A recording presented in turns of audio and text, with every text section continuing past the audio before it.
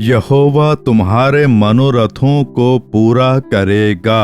आपको देखकर प्रभु कह रहे हैं, मेरे पुत्र, मेरी पुत्री, तुम अपने मन में एक मन्नत मांग रहे हो और मैं उस पर ध्यान दे रहा हूं। तुम्हारे लिए वो पूरा होगा। जब आप प्रभु में आनंदित रहेंगे तो आप अपने मन ही मन एक छोटी सी भी इच्छा जाहिर करेंगे तो प्रभु उसका उत्तर देंगे, वो काम पूरा होगा।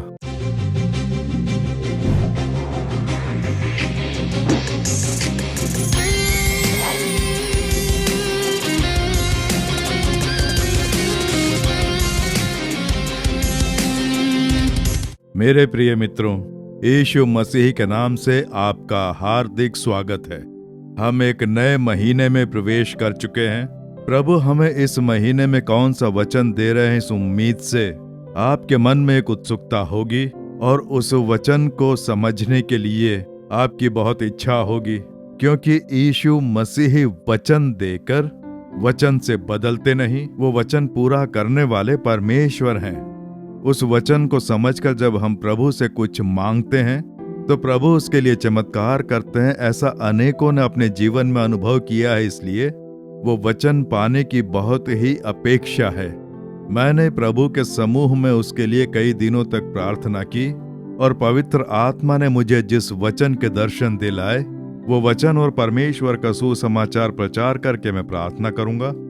इस महीने के लिए प्रभु ने आपके लिए जो वचन रखा है वो है भजन संहिता 37 उसका 4था वचन। भजन संहिता 37:4। यहोवा को अपने सुख का मूल जान और वह तेरे मनोरथों को पूरा करेगा। यहोवा तुम्हारे मनोरथों को पूरा करेगा। आपको देखकर प्रभु कह रहे हैं, मेरे पुत्र, मेरी पुत्री, तुम अपने मन में एक मन्नत मांग रहे हो और मैं उस पर ध्यान दे रहा हूं। तुम्हारे लिए वो पूरा होगा। ये बाहर कोई नहीं जानता है, बाहर लोग ये समझेंगे नहीं। अपने मन ही मन एक मन्नत मांगना और उसके लिए प्रभु के समक्ष मन से दुहाई लगा रहे हो। तुम जिस कार्य के लिए दुहाई लगा रहे हो वो कार्य पूरा होगा। वो तुम्हारे लिए आत्मिक आशीर्वाद हो सकता है या परिवार के लिए आशीर्वाद हो सकता है, नौकरी का कार्य हो सकता है, पढ़ाई का कार्य हो सकता है, सेवकाई का कार्य हो सकता है। कोई ना कोई कार्य बाहर किसी को बताएंगे तो वो समझेंगे नहीं, प्रभु ये समझते हैं। इसलिए मन ही मन ये कार्य बोल बोलकर आपके मन के अंदर से ये दुहाई निकलती है, यानी तुम्हारे अंदर जो मनोरथ हैं। अंग्रेजी में इसी प्रकार का एक कार्य कहा गया है, the desires of your heart.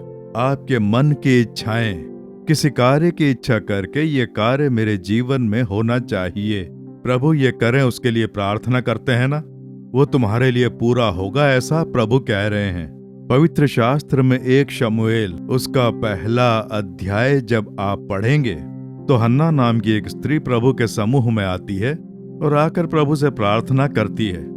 यहाँ इसमें 13वां वचन जब हम पढ़ते हैं तो हन्ना मन ही मन कह रही थी। वह अपने मन के अंदर ही बोल रही थी। उसके होंठ तो हिलते थे परंतु उसका शब्द न सुन पड़ता था। बाहर आवाज नहीं निकली, केवल हल्के हल्के होंठ हिल रहे थे। वो अपने मन ही मन दुहाई लगा रही थी। इसी तरह आपके जीवन में भी किसी को बताए बिना अपने मन के अंदर ही बहुत ही गहराई से किसी कार्य के लिए दुहाई लगा रहे हैं ना, वो तुम्हारे लिए पूरा होगा, ऐसा प्रभु कह रहे हैं। मैं उसे पूरा करूंगा। बेटे तेरे लिए, बेटी तेरे लिए, अपने मन के अंदर बहुत ही इच्छाओं के साथ एक कार्य के लिए तुम प्रार्थना कर रहे हो, वो कार्य पूरा होगा, ऐसा प्रभु कह रहे हैं। ये खुशी की बात है ना। प्रभु मेरे मन में जो है वो सुनते हैं। मेरे मन के अंदर से जो दुहाई निकलती है वो सुनते हैं, वो उसे पूरा करने के लिए बोल रहे हैं। बहुत खुशी की बात है, लेकिन आपको भी कुछ करना है। ये किसके लिए पूरा होगा? जो यहोवा को अपने सुख का मूल जानेगा। तभी आपके मनोरथों को प्रभु पूरा करके आपको आनंदित करेंगे, यानी यहोवा में प्रसन्नता से बने रहें। कार्य पूरा होगा तो ही मैं खुश होऊंगा ना। मैं जो इच्छा से मांग रहा हूं वो पूरा हो जाएगा तो मैं खुश हो जाऊंगा। नहीं नहीं नहीं नहीं, प्रभु कह रहे हैं कि पहले तू प्रसन्न हो, कार्य पूरा हो या ना हो, यहोवा को अपने सुख का मूल जान, तू प्रसन्न रह, तभी तेरे लिए पूरा होगा, ऐसा प्रभु कह रहे हैं।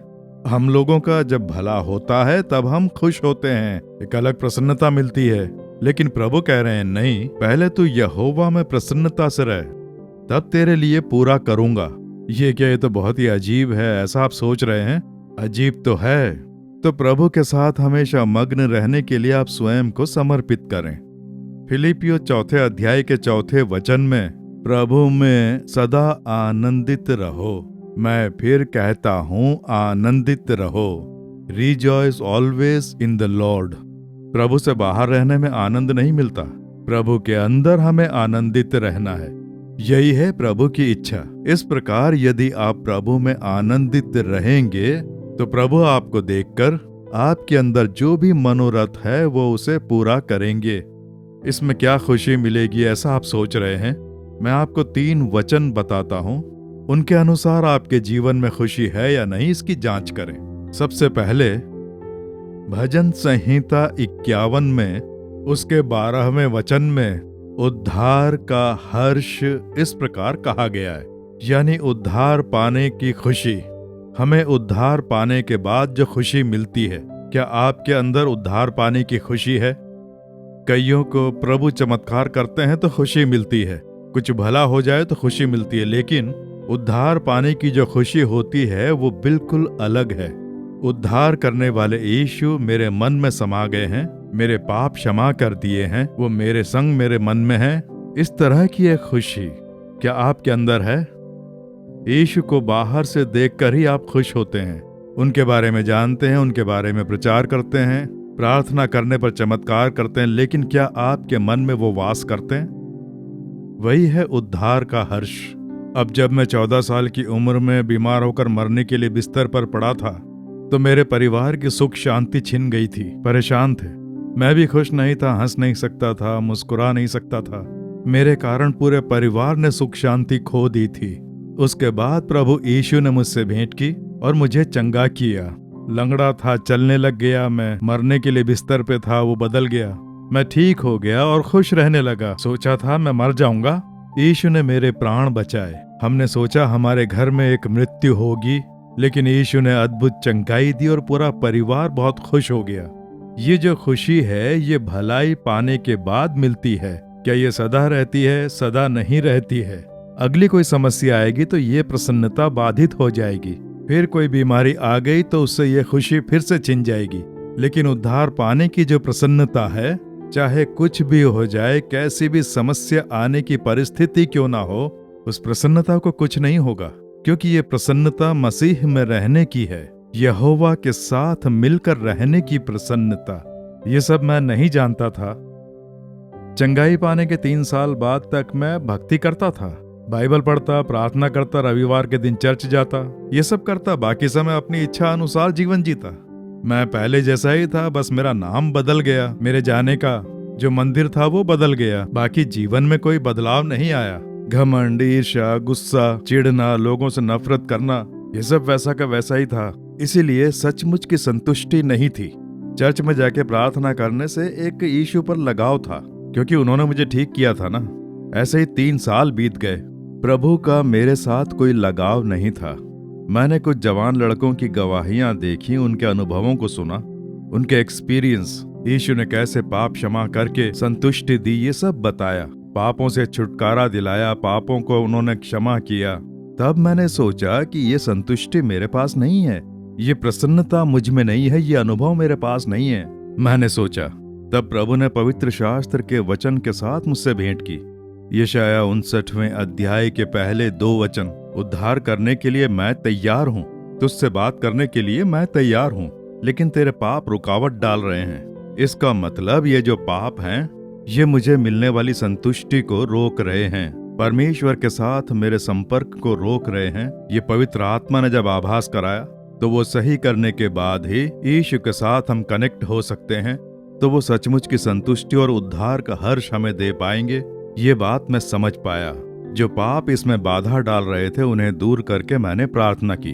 जो अपने अपराध छिपाता उसका कार्य सफल नहीं होता, परंतु जो मानकर छोड़ देता है उस पर दया होती है। इस वचन अनुसार 4 जगहों पर मैंने अपराध स्वीकारे और जैसे ही प्रार्थना शुरू की पवित्र आत्मा से मैं जुड़ गया तो पापों ने मुझे बहुत ही भयानक आभास कराया और मैंने आंसुओं के साथ प्रार्थना की। कहा, प्रभु ये सब पाप है, मैं नहीं जानता था, किसी ने मुझे बताया नहीं, और इन पापों के कारण तुम्हारा मुंह मुझसे छिपा था जो जुड़ने के लिए रोक रहा था।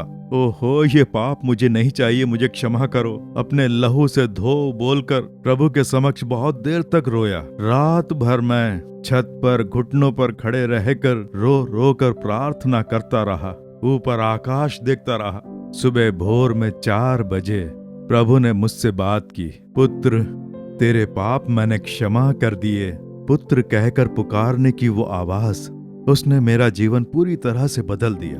और उसके बाद जो मुझे खुशी मिली, मैं मरने के लिए बिस्तर पर पड़ा था और चंगाई होने पर भी जो खुशी नहीं मिली, जब मेरे पाप क्षमा करने के लिए यीशु ने मुझे पुत्र कह के पुकारा, मैं तेरे संग हूँ, मैं तेरे मन में रहूंगा, ऐसा जब मुझे वचन दिया तो उद्धार पाने के हर्ष ने मुझे बहुत बड़ी प्रसन्नता दी। पता है, इस बीच इतने साल बीत गए। सन 1972 में यीशु ने उद्धार किया। आज इतने साल बीत गए हैं, मेरी उस प्रसन्नता में किसी प्रकार की कोई कमी नहीं आई। उसके बाद बीमारी आई, समस्याएं आई, काफी संकट आए, जूझना पड़ा, निंदाएं हुई, अपमान हुए। मेरी प्रसन्नता को कोई नुकसान नहीं हुआ, क्योंकि वो उद्धार का हर्ष है। यीशु मेरे मन में है, इस बात की खुशी, मेरे पाप क्षमा कर दिए, उसकी प्रसन्नता। यही प्रसन्नता आपके अंदर भी हो।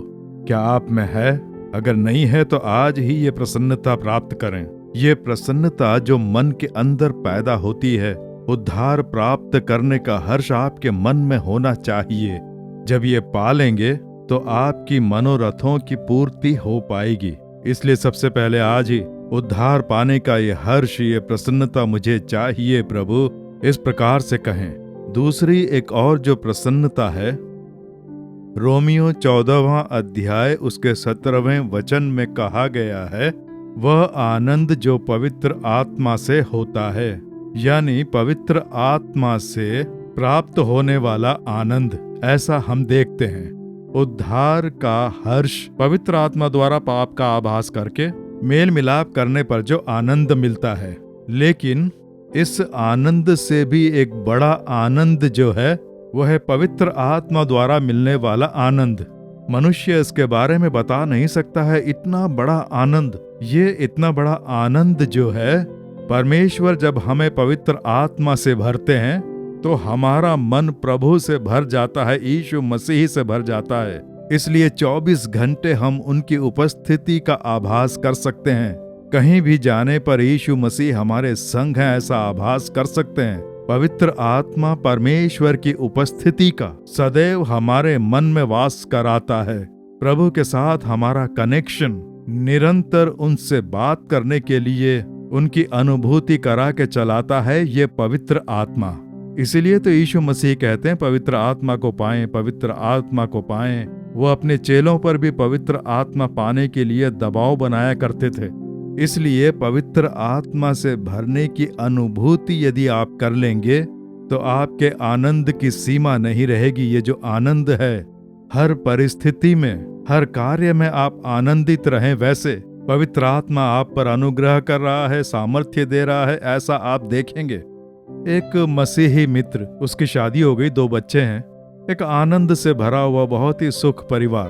पड़ोस में एक भाई है, वो भी बहुत ऐशो आराम से जीता है, अच्छी नौकरी, अच्छी तनख्वाह। लेकिन उसके घर में जब देखो नोक झोंक, लड़ाई झगड़ा, बीमारी से जूझते रहना, घर में सुख शांति नहीं। वो पड़ोस में रहने वाले मसीही मित्र को देखता है, हमेशा आनंदित रहते हैं। रविवार को सपरिवार चर्च जाते हैं और आ जाते हैं। घर में गीत गाने की आवाजें आती हैं, हमेशा मुस्कुराते चेहरे के साथ खुश दिखते हैं। क्या इन्हें कोई समस्या नहीं होती है? जब देखो बहुत खुश रहते हैं।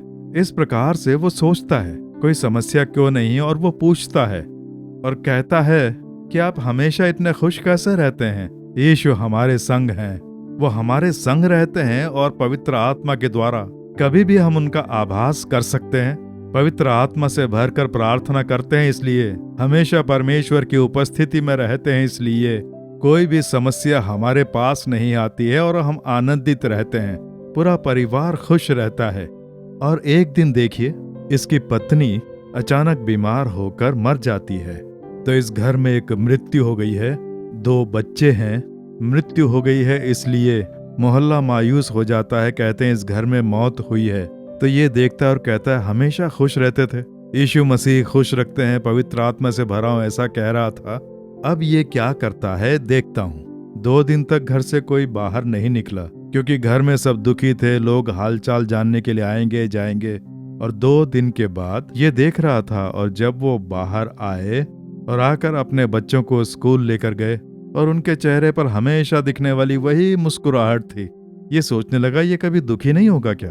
इतनी बड़ी क्षति पहुंची है, लेकिन इसके अंदर उसका कोई दुख नहीं है, कोई मायूसी नहीं है, हमेशा की तरह हंसता हुआ चेहरा है। फिर इसने पूछा, सब लोग बहुत अच्छे से रहते हैं, खुश रहते हैं, ऐसा तुमने कहा था, लेकिन तुम्हारी पत्नी मर गई है, क्या उससे तुम्हें दुख नहीं पहुंचा है? उसकी मृत्यु से मुझे दुख हुआ है, एक दिन के लिए, उस कारण मैं बहुत दुखी रहा। हम लोग रोए, आंसू बहाए, बस इतना ही। लेकिन उसके बाद पवित्र आत्मा का एक नाम और है, सांत्वना देने वाला। दिलासा देता है, वो सांत्वना देता है। उसने हमारे घावों को भरकर हमें सांत्वना दी है और हमें आनंदित किया है। वो इसलिए कि मेरी पत्नी यीशु के संग है, वो उनके साथ बहुत आनंदित हैं। इसका हमें पवित्र आत्मा ने दर्शन कराया और कहा तुम्हारी पत्नी सेफ और बहुत ही सुरक्षित है और आशीर्वादी जगह पर है, तो फिर ये दुख क्यों? ये सच ही तो है, यीशु जीवित है और मेरी पत्नी भी जीवित है, वो यीशु के संग है। मैं भी जब यहाँ का जीवन समाप्त होने के बाद यीशु के पास जाऊंगा तो वहाँ अपनी पत्नी को देख पाऊंगा। इसलिए मैं दुखी क्यों हूँ ऐसा बोलकर? पवित्र आत्मा ने मेरे घावों को भर के मुझे सांत्वना दी और प्रसन्नता भी दी, और मेरे बच्चे भी वो सांत्वना पाकर बहुत ही खुश हैं। जब उसने कहा तो ये सोचने लगा ऐसा भी होता है क्या, और उस पड़ोसी को बहुत आश्चर्य हुआ। यही है पवित्र आत्मा से मिलने वाली एक संतुष्टि, प्रसन्नता और आनंद। इस पवित्र आत्मा के द्वारा जब आप भर जाएंगे तो वो आनंद आपके मन में आएगा। किसी भी तरह की कोई क्षति, संकट, नुकसान आपको परेशान नहीं करेगा, मन को ठेस नहीं पहुंचाएगा, ना ही वो आपको जकड़ पाएगा, आपको कभी निराश नहीं कर पाएगा, आपके चेहरे पर उदासीनता नहीं आएगी, हमेशा मुस्कुराते चेहरे के साथ आप प्रसन्नता से रहेंगे। यही तो है पवित्र आत्मा। पवित्र आत्मा से भरने वाला अनुभव प्राप्त करके मैं पवित्र आत्मा में आनंदित हूँ और उसमें बने रहें। वो आनंद जो पवित्र आत्मा प्रदान करता है, आनंद, वो सदा आपके मन में यदि भरा रहेगा तो आपके प्रार्थना करते ही अपने मन में आपने जो भी इच्छा व्यक्त की है उसे प्रभु पूरा करेंगे। मैंने देखा है प्रभु को काम पूरा करते हुए, आप मन ही मन कुछ मांगेंगे तो वो भी प्रभु पूरा करेंगे। हाँ मित्रों, कितने ही चमत्कार मैंने अपनी सेवकाई के दौरान होते हुए देखे हैं। प्रिय मित्रों, हमारी यीशु छुड़ाता है सेवकाई में गरीबों के लिए एक अस्पताल है, उसमें कम से कम खर्चे में लोगों का इलाज करना है और हफ्ते में 2 दिन गरीबों के लिए मुफ्त में इलाज भी होता है। जब वो अस्पताल बन रहा था तो पूरा होने पर एक एम्बुलेंस खरीदनी है। जब ऐसा कहा गया और कहा उसके लिए 20-25 लाख रुपए खर्च होंगे, एक बड़ी और एक छोटी एम्बुलेंस खरीदने को कहा। ठीक है कह के उसके लिए मैंने प्रार्थना की और बाकी का इंतजाम करने लग गए। उस समय एक और एम्बुलेंस आती थी जो एक चलते फिरते अस्पताल की तरह थी। उसके अंदर सारे इक्विपमेंट्स रहते हैं। किसी को हार्ट की प्रॉब्लम आ जाए और उसे किसी दूसरे अस्पताल में ले जाना पड़ जाए तो उसके लिए उस एम्बुलेंस में सारे इक्विपमेंट्स का एक सेटअप रहता है और एक डॉक्टर, एक नर्स उसमें साथ में जाएंगे तो उसकी जान बचाकर उसे ले जा सकते हैं। लेकिन उसकी कीमत 45 लाख रुपए थी। बड़े बड़े अस्पतालों में ही वो रखते थे, बड़े बड़े हाईटेक अस्पतालों में, वो भी बड़े बड़े शहरों में रखते हैं। तब मेरे मन में एक इच्छा जागी। मैंने घुटनों पर खड़े रहकर प्रार्थना में कहा कि हे प्रभु, गरीबों का इलाज करने के लिए एक अस्पताल बना रहे हैं, इस तरह की एक हाईटेक एम्बुलेंस है जिसमें जान बचाने की सारी सुविधाएं होती हैं। वो बड़े बड़े अस्पतालों में ही होती हैं, वो भी शहरों में। तो क्या बड़े बड़े अमीर लोगों के लिए ही ये सुविधा है? इस गांव के गरीब लोगों के लिए वैसी सुविधाजनक एक एम्बुलेंस तुम क्यों नहीं दिला सकते? अब जैसे हम आंखें बंद करके प्रार्थना करते हैं ना, वैसे ही घुटनों पर खड़े रहकर मैंने मन ही मन ये कहा, अपनी इच्छा व्यक्त की एक चाहत के साथ, गरीब लोगों की सहायता करने के लिए वो मिल जाए 45 लाख। तुम दिला सकते हो ना, तुम दिला सकते हो? ऐसी एक छोटी सी इच्छा मैंने मन में की, बस इतना ही। 4-5 दिन बीत चुके थे और एक हफ्ते में ही एक भाई चेन्नई में रहते हैं, उन्होंने फोन किया और कहा कि तुम जो अस्पताल बना रहे हो उसमें सहायता करना चाहता हूँ, उसके लिए एक भेंट रखी है। मेरी उम्र हो गई है ब्रदर, ट्रैवल नहीं कर सकता और कोई है भी नहीं, किसी को भेज कर ये मंगवा लो। जब ऐसा कहा तो उन्होंने एक चेक भेजा था। उस एक चेक में कितना था पता है? पूरे 45 लाख रुपए, सिर्फ एक आदमी के द्वारा, एक ही चेक में। वो देख के बहुत आश्चर्य हुआ और खुशी के आंसुओं के साथ मैंने स्तुति की। प्रभु ने, तूने कहा था ना कि मन ही मन जो भी इच्छा है उसके लिए प्रार्थना कर। गरीब लोगों के लिए एक एम्बुलेंस चाहिए, तुम दिला दो प्रभु। इस प्रकार से कहा, तेरी इच्छा मैंने पूरी कर दी है। कितने अद्भुत प्रभु हैं, देख लिया ना? क्या ये मनुष्यों के द्वारा हो सकता है? मैंने बाहर किसी से पब्लिक में कहा भी नहीं, ना ही किसी को बताया कि हमें एक एम्बुलेंस चाहिए, उसके लिए प्रार्थना करो, ऐसा भी किसी से नहीं कहा। मैंने भी घुटनों पे खड़े रहकर प्रार्थना नहीं की, आंखें मूंद कर प्रार्थना नहीं की। मैंने अपने मन के अंदर ही जो बात थी वो बताई, बस इतना ही। प्रभु ने उसे ध्यान से सुना और तुरंत ही चमत्कार कर दिया। ऐसे अद्भुत कितने ही चमत्कार मैंने प्राप्त किए हैं। उसका एक ही कारण है, पवित्र आत्मा से भरे रहना है, यीशु मसीह से सदा संपर्क में रहना है, उनके साथ हमारा रिलेशनशिप अच्छा हो। हमेशा उनके साथ रहकर जीवन जीने का यदि अनुभव पा लिया तो आप मन ही मन जो मांगेंगे वो सुन लेंगे। वही तो कह रहे हैं, यहोवा में तुम आनंदित रहो। आपके मन में जो आनंद है, उद्धार का हर्ष, पवित्र आत्मा से मिलने वाला आनंद। तीसरा एक और आनंद है जो पवित्र शास्त्र कहता है, यीशु मसीह कह रहे हैं मत्ती 5वें अध्याय में, उसका 11वां और 12वां वचन देखें। धन्य हो तुम जब मनुष्य मेरे कारण तुम्हारी निंदा करें और सताएं और झूठ बोल बोल कर तुम्हारे विरोध में सब प्रकार की बुरी बात कहें। तब आनंदित और मगन होना, क्योंकि तुम्हारे लिए स्वर्ग में बड़ा फल है। देख लिया, आनंदित और मगन रहना। आप हमेशा आनंदित रहें, यही प्रभु चाहते हैं। वो भी कैसे? अत्याचारों और दुखों के बीच आनंदित, यानी दुखों में भी आनंद। सब कुछ ठीक ठाक है, मैं बहुत खुश हूँ, ऐसा बोलना ये आम बात है। लेकिन दुख, यीशु के नाम के कारण जो अत्याचार, जो दुख आते हैं, उनके कारण आप निराश ना होएं, आंसू ना बहाएं, आप पूरी तरह से आनंदित रहें, मगन रहें। उन दिनों में जब मंदिर बनाया गया तो उस दौरान कितने ही दुख और संकट की परिस्थिति आई, लेकिन परमेश्वर की संतान कैसे रही पता है? प्रेरितों के काम 2 अध्याय के 46वें वचन में, वे प्रतिदिन एक मन होकर मंदिर में इकट्ठे होकर प्रसन्नता से परमेश्वर की स्तुति करते।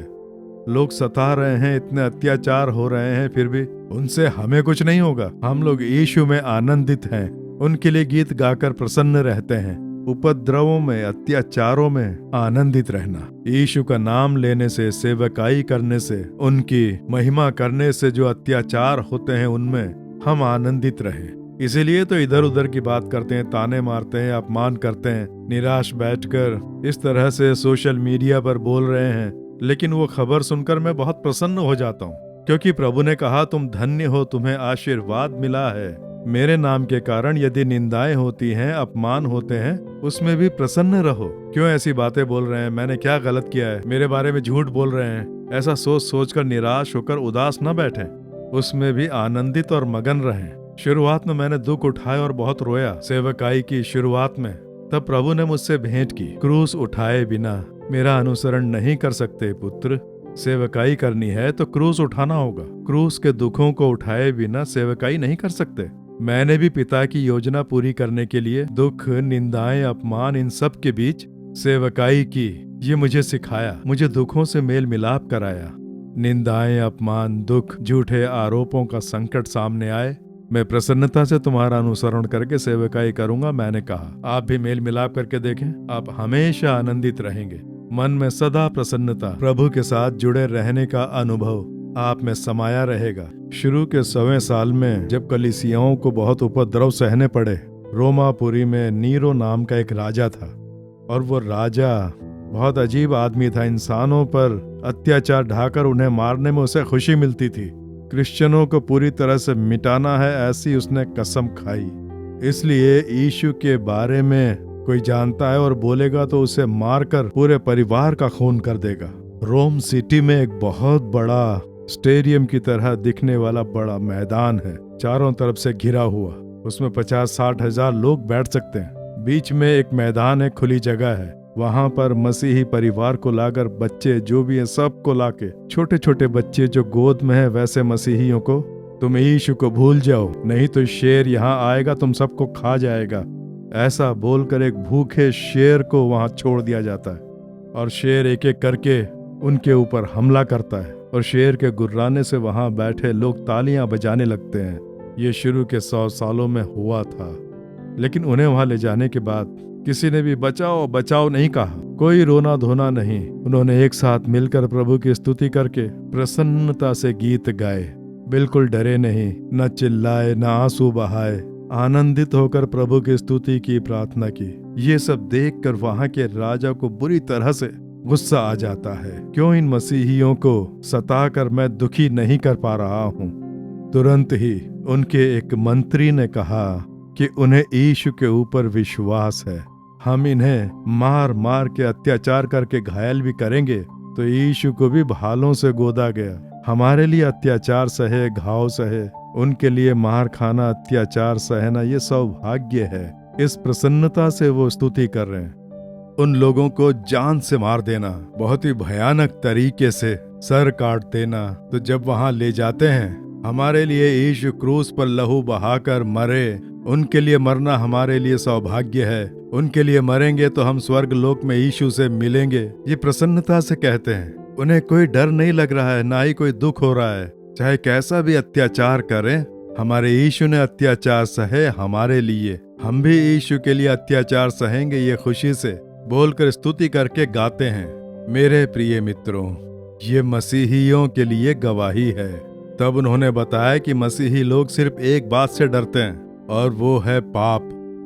अगर इनसे पाप करा दो तो ये बहुत दुखी हो जाएंगे। पाप प्रभु को नापसंद है, इसलिए वो नहीं करना है, इस बात पर अड़े रहते हैं। ये केवल उसी बात से डरते हैं, बाकी किसी से नहीं डरते हैं। हमेशा आनंदित रहते हैं, चाहे कितना ही अत्याचार करें। इसीलिए पौलुस को भी जब जेल में रखा गया था तो वो गीत गाकर स्तुति करता है प्रभु के समक्ष आधी रात में। उसी तरह से आप हमेशा, चाहे कैसी ही निंदा हो, दुख हो, अपमान हो, यीशु तुम्हारी स्तुति हो बोलकर बस आनंदित रहें। उपद्रव दुखों को देखकर निराश ना होएं। ये सब क्यों हो रहा है ऐसे सवाल ना करें, मन से प्रभु की स्तुति करें, क्योंकि आप लोग भाग्यशाली हैं।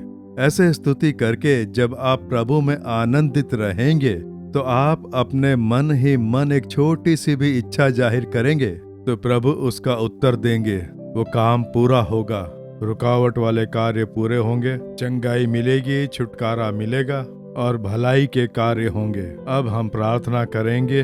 आपके मन के अंदर जो इच्छा है वो उसे पूरा करने वाले हैं। अब मिलकर प्रार्थना करें। अगर आपने अभी तक उद्धार नहीं पाया है तो हृदय पर हाथ रख कर, यीशु मेरे पाप क्षमा करो, मेरे हृदय में आओ, उद्धार का ये हर्ष मुझे प्रदान करो, ऐसी प्रार्थना करें। पवित्र आत्मा से भरा हुआ आनंद मुझे चाहिए। सांत्वना देने वाले पवित्र आत्मा का जो सामर्थ्य है उससे मुझे भर दो।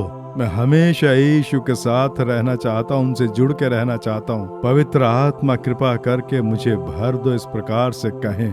दुखों के लिए स्तुति हो, निंदाओं के लिए स्तुति हो, यीशु के नाम से जो उपद्रव आते हैं, झूठे आरोप लगते हैं, अत्याचार, संकट के लिए स्तुति हो। मैं इन सब के बीच आनंदित हूँ, ऐसा कहें। प्रभु आपके मनोरथों को पूरा करेंगे। आपके मन में किसी न किसी कार्य की इच्छा है, वो मन ही मन आप सोच रहे हैं, ये कार्य कुछ भी करके मेरे लिए होना चाहिए। मेरे घर में, बच्चों के जीवन में, नौकरी में, बिजनेस में, सेवकाई में ये काम होना चाहिए। हृदय पर हाथ रखकर अपना आनंद बाहर प्रकट करें। आज ही चमत्कार होगा। आज ही आप अपनी प्रार्थना का उत्तर पाते हुए देखेंगे। हे प्रभु, उद्धार का ये हर्ष चाहिए बोल के प्रार्थना करते इन बच्चों के लिए इनके पाप क्षमा करके प्रसन्नता और आशीष दें। पवित्र आत्मा सांत्वना देने वाला जो प्रसन्नता देता है वो पाने वालों को पवित्र आत्मा से भर के आनंदित करके उस उद्धार के हर्ष से इन्हें भर दो। हमेशा तुम्हारे संग रहने की कृपा और प्रसन्नता इन्हें प्राप्त हो। दुख, उपद्रव, वेदनाएं जो तुम्हारे नाम से आते हैं, झूठे आरोप लगते हैं, मजाक उड़ाते हैं, उसके लिए तुम्हारी स्तुति हो कह के उसमें आनंदित रहने की इन पर कृपा करो। अपने बच्चों को तुम दर्शन दो। इन्हें आनंदित और मगन करने वाले परमेश्वर, इनके मन में जो इच्छाएं हैं उन्हें पूरा करो। ये मन ही मन जिस इच्छा को व्यक्त कर रहे हैं उस काम में आज ही एक चमत्कार होना चाहिए। छुटकारा प्राप्त हो, चंगाई प्राप्त हो, रुकावट दूर हो, आवश्यकताओं की पूर्ति हो, कार्य सफल हो जाएं, भलाई के कार्य हों। आज ही इसी समय इनके मनोरथों को पूरा करने के लिए चमत्कार हो रहा है। आज ही ये देख पाएंगे। रोजाना ये जिन कार्यों की इच्छा करते हैं उन्हें पूरा करके तुम इन्हें आनंदित कर रहे हो। हमने पा लिया, हम विश्वास रखते हैं। हम चमत्कार देख पाएंगे, हम विश्वास रखते हैं। इनके लिए मैं विश्वास रखता हूँ। इस बेटे के लिए, बेटी के लिए तुमने चमत्कार कर दिया। इनके मन में जो भी इच्छाएं थी वो तुमने पूरी कर दी। हम विश्वास रखते हैं। हम इनके चमत्कारों की राह देख रहे हैं। यीशु मसीह के नाम से प्रार्थना कर रहे हैं परम पिता, आमीन, आमीन। मेरे प्रिय मित्रों, प्रभु ने आपके लिए चमत्कार कर दिया। आपने अपने मन में जिस कार्य की इच्छा रखी उसे पूरा कर दिया। आप चमत्कार होते हुए देखेंगे। अब प्रभु की स्तुति करते रहें। रोजाना इस वचन को बोल बोलकर स्तुति करके मगन रहें। रोजाना चमत्कार होंगे। हर एक कार्य में चमत्कार होगा। आपकी प्रार्थना में हर एक इच्छित कार्य की वो पूर्ति करेंगे। आमीन, आमीन। For further details and prayer support, contact Jesus Redeems Ministries, Nallumavadi, Tuticorin District, 628211. Our phone number 04435454545. Email info@jesusredeems.org. Our website www.jesusredeems.com. God bless you.